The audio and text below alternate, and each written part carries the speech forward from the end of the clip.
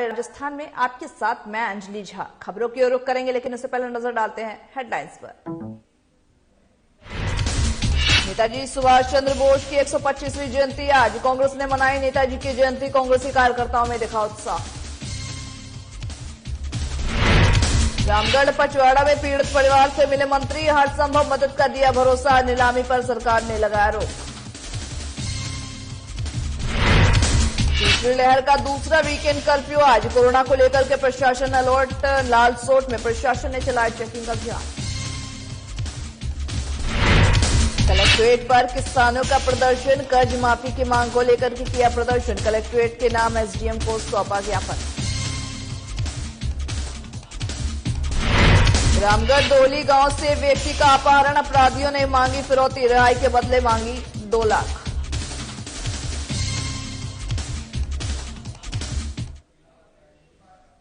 शहर से 35 किलोमीटर दूर एक पहाड़ी की चोटी पर स्थित बड़वाड़ा सवाई माधोपुर का प्रसिद्ध चौथ माता मंदिर राजस्थान के आसपास का एक प्रमुख पर्यटक आकर्षण है। वहीं साथ ही साथ 1000 फीट से ज्यादा ऊंचाई पर स्थित इस मंदिर में दर्शन के लिए लाखों श्रद्धालु आते हैं। वैसे तो हर दिन मंदिर में भक्तों की भीड़ लगी रहती है, लेकिन हर महीने चतुर्थी पर एक बड़ा सा मेला लगता है। साल में 4 बार चौथी माता बड़ी आते, वहीं साथ ही साथ जिसमें एक ही दिन में 150 से 2 लाख भक्त माता के दर्शन करने आते हैं। आइए आपको बताते हैं कि इस मंदिर में क्या कुछ खासियत है।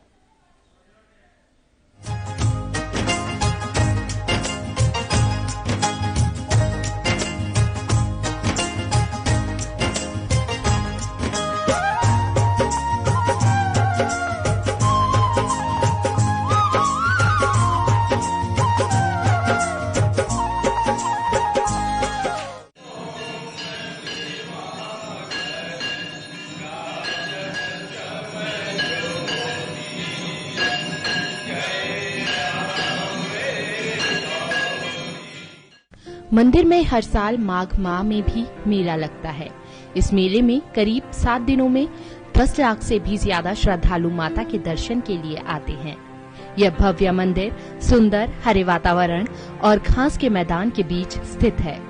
सफेद संगमरमर के पत्थर से खूबसूरती से स्मारक की संरचना तैयार की गई है। दीवारों और छत पर जटिल शिलालेख के साथ यह वास्तुकला के परंपरागत राजपुताना शैली के लक्षणों को प्रकट करता है। मंदिर परिसर में गणेश जी और भैरव की प्रतिमा भी स्थापित की गई है। इतना ही नहीं, मंदिर में सैकड़ों सालों से अखंड ज्योति भी प्रज्वलित है। इस मंदिर में राजस्थान ही नहीं बल्कि अलग अलग राज्यों से लाखों की तादाद में श्रद्धालु दर्शन के लिए आते हैं।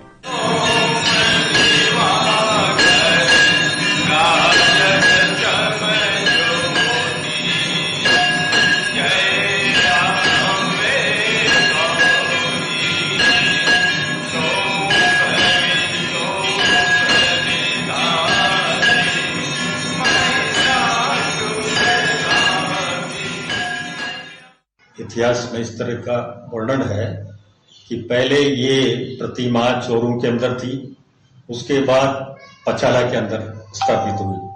तो यहाँ की जो जस गीत हैं, चौथ माता के यश गीत गाए जाते हैं, उसमें यह है कि चोरों छोड़ पचाला छोड़ा आए विराजी बरवाड़े।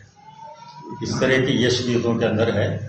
तो ये राजा पचाला से इसको यहाँ पर लाए थे और चतुर्थी महाबुद्धि चतुर्थी को इसकी स्थापना हुई थी। इसीलिए आज मेला लगता है इन्हीं तिथियों के अंदर चतुर्थी को। और पचाला से चोरों से अब भी वही निशान आते हैं, बड़े उत्साह के साथ वो लोग बाग आते हैं। हाड़ौती में इसकी ज्यादा मान्यता है। पहले यहाँ पर जो है चौथ माता के यहाँ पर आने वाले यात्री बहुत कम थे। एक दिन में 3, 4, 5 यात्री आ जाया करते थे।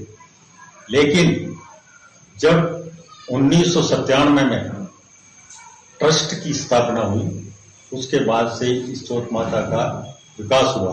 पहले एक घुमटी नुमा थी मामूली। सबसे बड़ी विशेषता इसकी ये रही कि ट्रस्ट ने इसका आधुनिक तरीके से नक्शा बना करके और एक भव्य मंदिर के रूप में स्थापित किया। आज भी उसका काम चला हुआ है। व्यवस्था और इन्होंने जो है एक धर्मशाला बना रखी। ट्रस्ट की एक धर्मशाला है, बड़ी भव्य धर्मशाला है, जिसको आने वाले लोग बाग जो है रुकते हैं उसके अंदर। और इसके अलावा गांव में भी ट्रस्ट जो है काफी विकास करवाता है। रोड वगैरह है, स्कूलों के अंदर कमरे वगैरह हैं, इसके और अन्य जो है कई लोगों को की सहायता वगैरह है। कई कर्मचारी हैं इसके अंदर, काफी कर्मचारी जो है इनका ट्रस्ट चौथ माता के यहाँ से ट्रस्ट ने रोजगार भी दिया है लोगों को। बरवाड़ा क्षेत्र के पास चौरू एवं पचाला, जो कि वर्तमान में गांव बन गए हैं, वो प्राचीन काल में घनघोर जंगलों में आदिवासियों के ठहरने के प्रमुख स्थल थे। देखिए, चौथ का बरवाड़ा कस्बा जो आज दिखाई दे रहा है, इसके अतीत में अगर हम जाएं तो अतीत में 3 छोटी छोटी ढाणियों के अंदर ये कस्बा बसा हुआ था। और ये कस्बा शुरू से ही रणतम भंवर के चौहानों के अधीन रहा।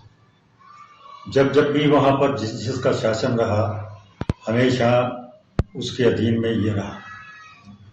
सबसे पहले यहाँ पर रणतम भंवर से 1389 के अंदर एक चौहान वंश का राजकुमार सम्मान सिंह यहाँ पर आया। उसके बाद लगभग 70 साल तक यहाँ पर चौहानों का शासन रहा। सबसे जो महत्वपूर्ण शासक था वो भीम सिंह चौहान था, और वो अंतिम शासक भी था चौहान वंश का। उसने सबसे पहले जो कस्बा था, इसको धीरे धीरे इसके समय पर एक जगह आ रहा था, जो 3 ढाणियों में बसा हुआ था, वो एक जगह धीरे धीरे उसका विकास होने लगा था। इसके बाद भीम सिंह चौहान ने कस्बे के पूरब की ओर एक पहाड़ी है, उस पहाड़ी की तलेटी के अंदर एक छोटी सी गढ़ी का निर्माण करवाया। सन 1431 के लगभग उसका निर्माण करवाया, और एक बड़ा सा दरवाजा जो है उस गढ़ी के है। ऊपर जो गुम्बद बना हुआ है, उस गुम्बद पर खरबूजे की लहरें जैसे होती है, उस तरीके से उस गुम्बद के ऊपर लहरें बनी हुई है। इसलिए आज भी उसको खरबूजी महल के नाम से जानते हैं। चौथ माता की प्रथम प्रतिमा का अनुमान चौरू जंगलों के आसपास माना जाता है। एक किंवदंती के अनुसार कहा जाता है कि प्राचीन काल में चौरू जंगलों में एक भयानक अग्नि पुंज का प्राकट्य हुआ, जिससे दारूद भैरों का विनाश हुआ था। इस प्रतिमा के चमत्कारों को देखकर जंगल के आदिवासियों को प्रतिमा के प्रति लगाव हो गया, और उन्होंने अपने कुल के आधार पर चौर माता के नाम से इसकी पूजा करने लगे। बाद में चौर माता का नाम धीरे धीरे चौरू माता और आगे चलकर यही नाम अपभ्रंश होकर चौथ माता हो गया। कहा जाता है कि इस माता को सबसे पहले और अर्थात कंजर जाति के लोगों ने अपनी कुलदेवी के रूप में पूजा था। बाद में आदिवासियों ने भी इसे ही अपनी आराध्य देवी के रूप में माना, जो कि मीणा जनजाति से संबंधित है। यही कारण रहा कि चौथ माता को आदिवासियों मीणाओं की कुलदेवी के रूप में जाना जाने लगा।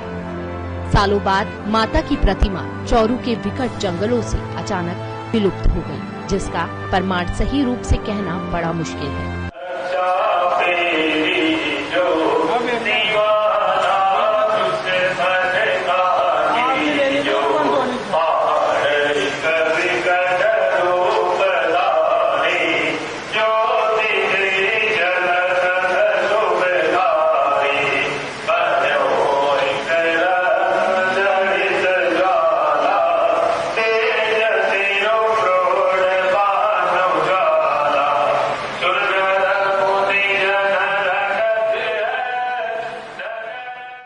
बताया जाता है कि एक बार महाराजा भीम सिंह चौहान को रात में सपना आया कि वो शिकार खेलने की परंपरा छोड़ रहे हैं, जिसके बाद उन्होंने शिकार पर जाने का फैसला किया।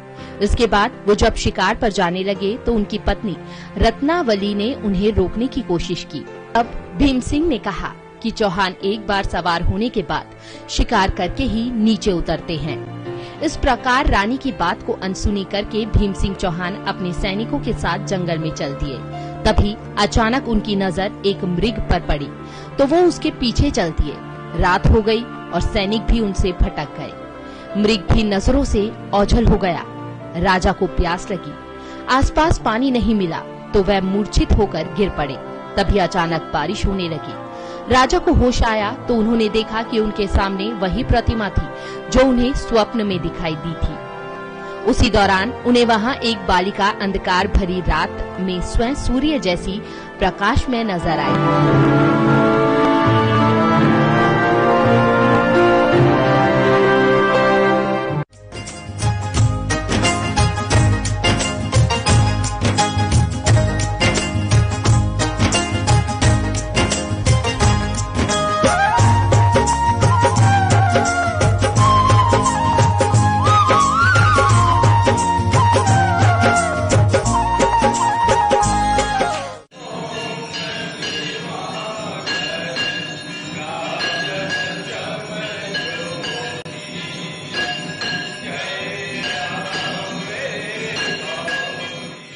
भीम सिंह कन्या को देखकर थोड़े भयभीत हुए और बोले, हे बाला, इस जंगल में तुम अकेली क्या कर रही हो?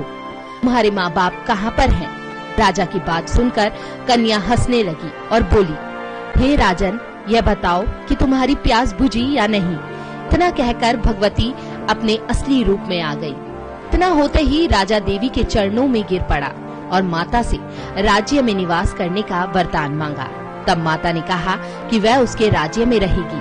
माता ने जिस प्रतिमा को मंदिर बनवाकर स्थापित करने का आदेश दिया,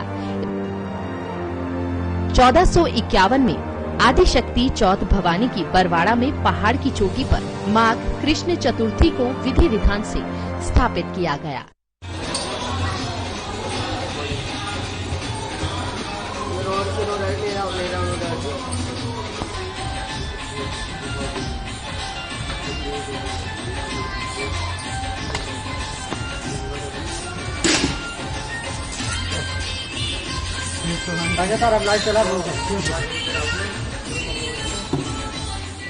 भीम सिंह चौहान के टाइम पर 1451 में चौथ माता की स्थापना हुई, संवत 1451।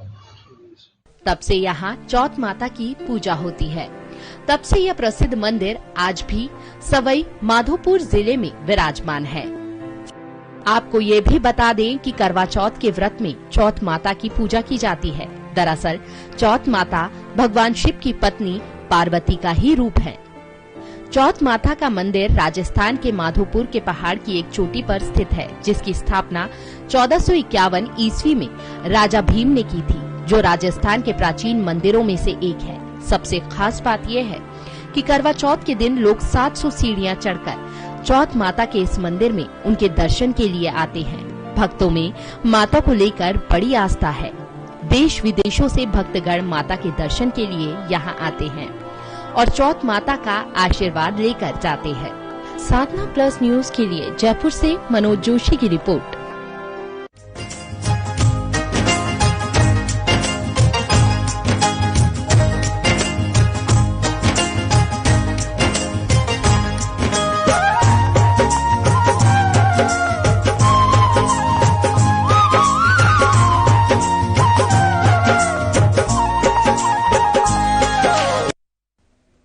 भरतपुर जिला कांग्रेस द्वारा आजाद हिंद फौज के संस्थापक कांग्रेस के राष्ट्रीय, आपको बता दें, जहां पर राष्ट्रीय नेता रहे नेताजी सुभाष चंद्र बोस की 125वीं जयंती मनाई गई। स्थानीय जामा मस्जिद के पास सुभाष पार्क में हुए इस कार्यक्रम में जिला कांग्रेस पदाधिकारी और कार्यकर्ताओं ने उनकी प्रतिमा पर माल्यार्पण कर उन्हें याद किया।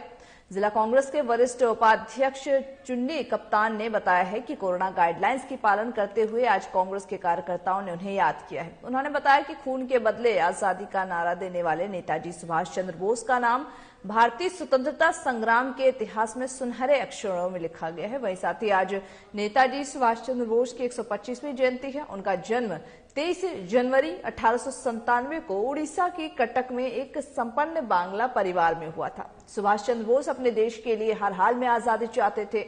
उन्होंने अपना पूरा जीवन देश के नाम समर्पित कर दिया और अंतिम सांस तक देश की आजादी के लिए संघर्षरत रहे। नेताजी हर कीमत पर देश को आजादी की बेड़ियों से मुक्त कराने के लिए उन्होंने अपने जीवन का बलिदान दे दिया।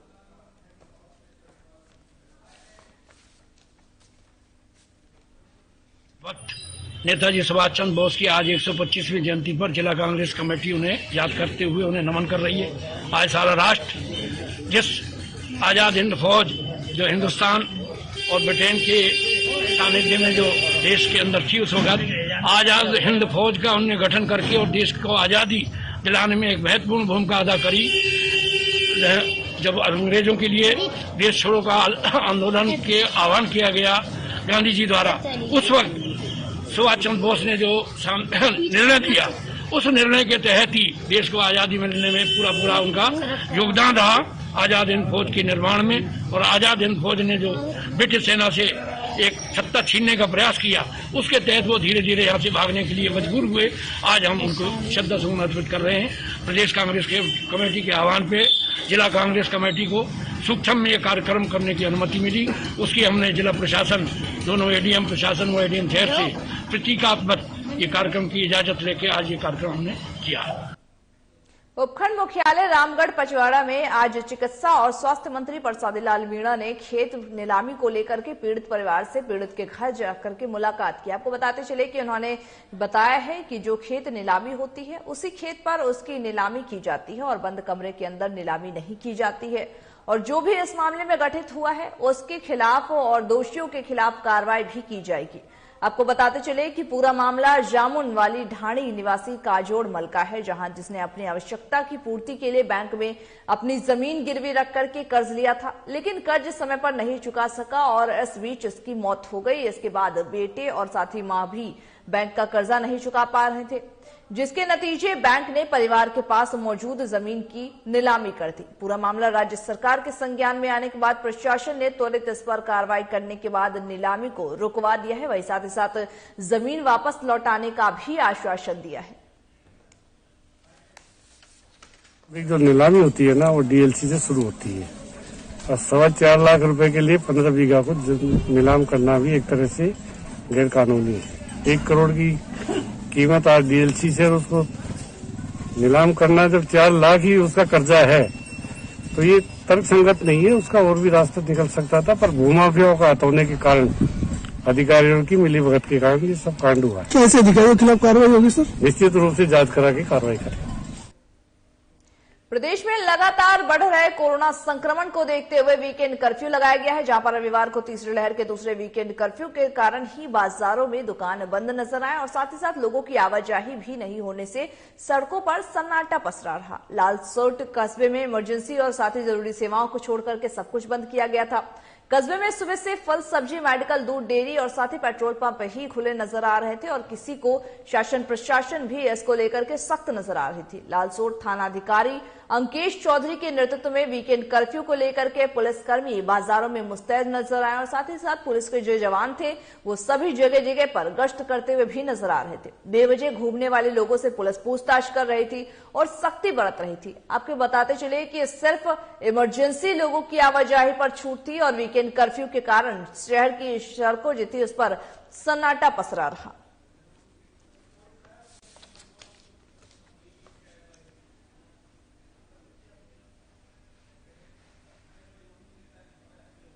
कोविड की तीसरी लहर के दौरान जहां कोरोना संक्रमण तेजी से अपने पांव पसार रहा है, वहीं साथ ही साथ दौसा जिले में भी कोरोना संक्रमण के केस निरंतर सामने आ रहे हैं, जिसके चलते ही राज्य सरकार द्वारा दौसा सहित प्रदेश के जो शहरी इलाके हैं उनमें रविवार को वीकेंड कर्फ्यू लगाया गया था। इसको लेकर के स्थानीय पुलिस प्रशासन भी अलर्ट मोड पर थी और कर्फ्यू की पालना करवाने को लेकर के भी सख्त नजर आ रही थी। यातायात पुलिस द्वारा बाजार में बिना मास्क के घूम रहे वाहनों के चालान काटे जा रहे थे।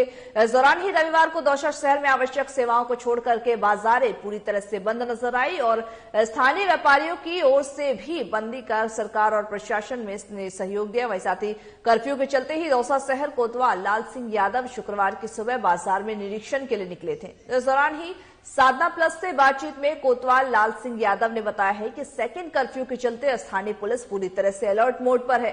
कर्फ्यू में फल, सब्जी, मेडिकल की दुकानों के अलावा पूरा बाजार बंद है। पुलिस की तरफ से कर्फ्यू की पालना कराने को लेकर के सख्ती भी बरती जा रही है।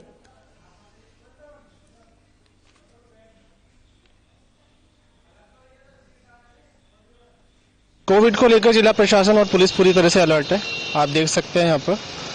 और इसको लेकर पुलिस कितनी मुस्तैद है जानते हैं हमारे दौसा के कोतवाल थानाधिकारी लाल सिंह यादव जी से। कोरोना की तीसरी लहर के मद्देनजर सरकार की गाइडलाइन के अनुसार आज वीकेंड कर्फ्यू का ये दूसरा दिन है। इसमें फल, सब्जी और मेडिकल की दुकानों के अलावा पूरा मार्केट बंद रखा गया है। इसी की पालना करवाई जा रही है, मार्केट में चेक किया जा रहा है। तो इन्होंने बताया कि मार्केट में पालना करवाई जा रही है, पूरी तरह से बंद रखा गया है। दौसा से साधना प्लस के साथ राहुल भारद्वाज, दौसा। दोली गांव से व्यक्ति के अपहरण का मामला सामने आया है। दरअसल आपको बता दें कि मामला दर्ज कराने के दौरान ही अपहरणकर्ताओं का दूसरी बार थाना परिसर में रविंद्र के फोन पर फिर से फिरौती मांगने को लेकर के फोन आया। रामगढ़ थाना अंतर्गत दोहली गांव में रविंद्र ने रिपोर्ट दर्ज कराई थी, जिसने बताया कि आज सुबह उसके पिता रामनारायण जाटव शौच करने के लिए गए हुए थे, तो कुछ समय बाद वो एक अज्ञात नंबर से उनको फोन आता है और फिर रिहाई के बदले 2 लाख रुपए की मांग की जाती है। फिलहाल इस घटना की शिकायत मिलते ही पुलिस मामले की जांच में जुटी हुई है, वहीं साथ ही पुलिस कार्रवाई भी करेगी।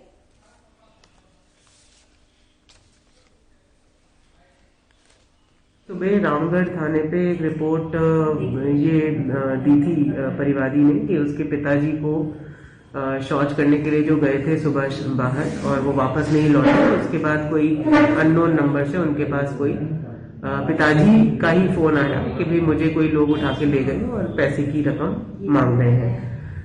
तुरंत पुलिस थाना रामगढ़ की team, CO Ramgarh, additional SP headquarter Sarita ji, ये सब एक्शन में आए। मैं खुद यहाँ मौके पे हूँ।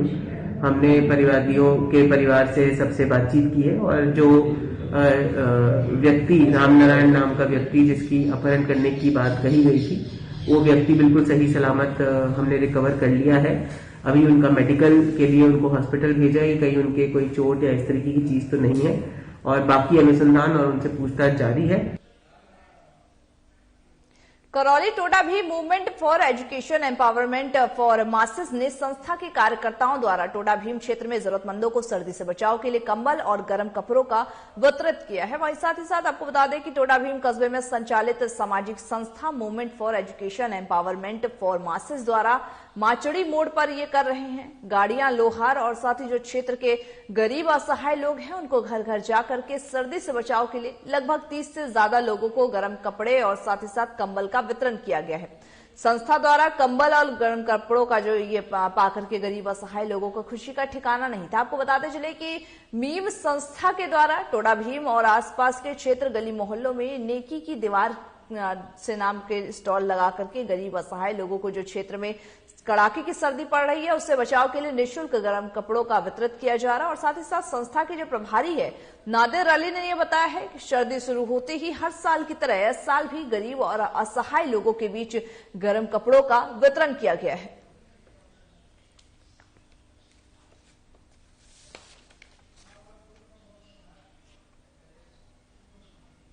जिला कलेक्टर दौसा कमल उल जमान चौधरी ने शनिवार को जिला मुख्यालय पर संचालित रामकरण जोशी राजकीय जिला चिकित्सालय दौसा का निरीक्षण किया है। इस दौरान उन्होंने कोरोना के जो मरीज हैं उनको संचालित होने वाले संचालित ward, oxygen plant, RTPCR lab और वेंटिलेटर वार्ड सहित अन्य व्यवस्थाओं का जायजा लिया है। इस मौके पर ही पत्रकारों से बातचीत के दौरान उन्होंने कहा कि कोविड से निपटने की रणनीति में जो भी आवश्यक बदलाव किया जाना चाहिए वो हम करेंगे और कोविड सैंपलिंग को भी बढ़ाया जाएगा।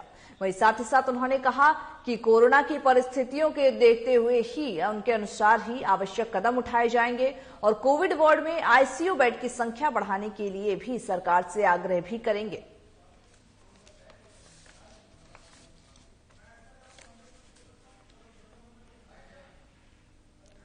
या स्ट्रेटेजी में थोड़ा सा जो चेंज रिक्वायर्ड लगा है अभी एकदम से, उसको हमने चेंज किया है।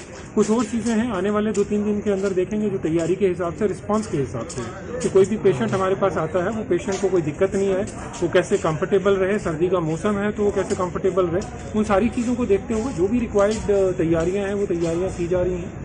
साथ ही साथ में सैम्पलिंग को कैसे बढ़ाया जाए, कैसे हमारी टीम राउंड द क्लॉक काम करके सैम्पलिंग के नंबर्स को और इंक्रीज करे, उसके ऊपर भी अभी कुछ और काम करेंगे। कुछ ऑलरेडी चल रहा है, काफ़ी अच्छे से चल रहा है, बाकी कैसे इम्प्रूव किया जा सकता है उसके ऊपर काम करेंगे। साथ ही साथ अगर कोई प्रेग्नेंट लेडी हमारे पास कोविड पॉजिटिव आती है तो उनको कहाँ पे रखेंगे, किस तरीके से उनका मैनेजमेंट होगा, इसका भी अभी निरीक्षण करके हमने प्लान किया है। आगे जो भी प्लानिंग में इम्प्रूवमेंट चाहिए एज पर लाइक हमारा हॉस्पिटलाइजेशन जैसे जैसे बढ़ता है वैसे वैसे हम इसको फर्दर करेंगे।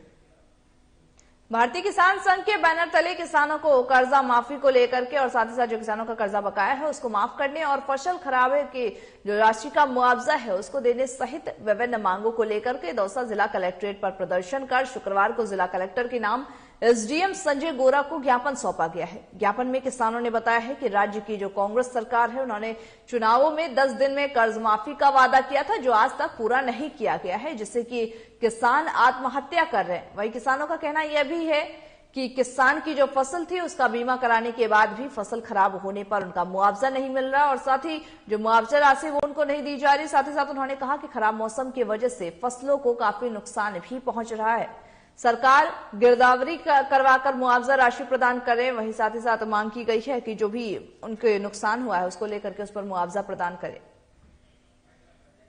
खबरें राजस्थान के हमारे इस बुलेटिन में बस इतना ही। मुझे दीजिए इजाजत और तमाम बाकी खबरों के अपडेट्स के लिए बने रहिए हमारे साथ और देखते रहिए साधना प्लस न्यूज।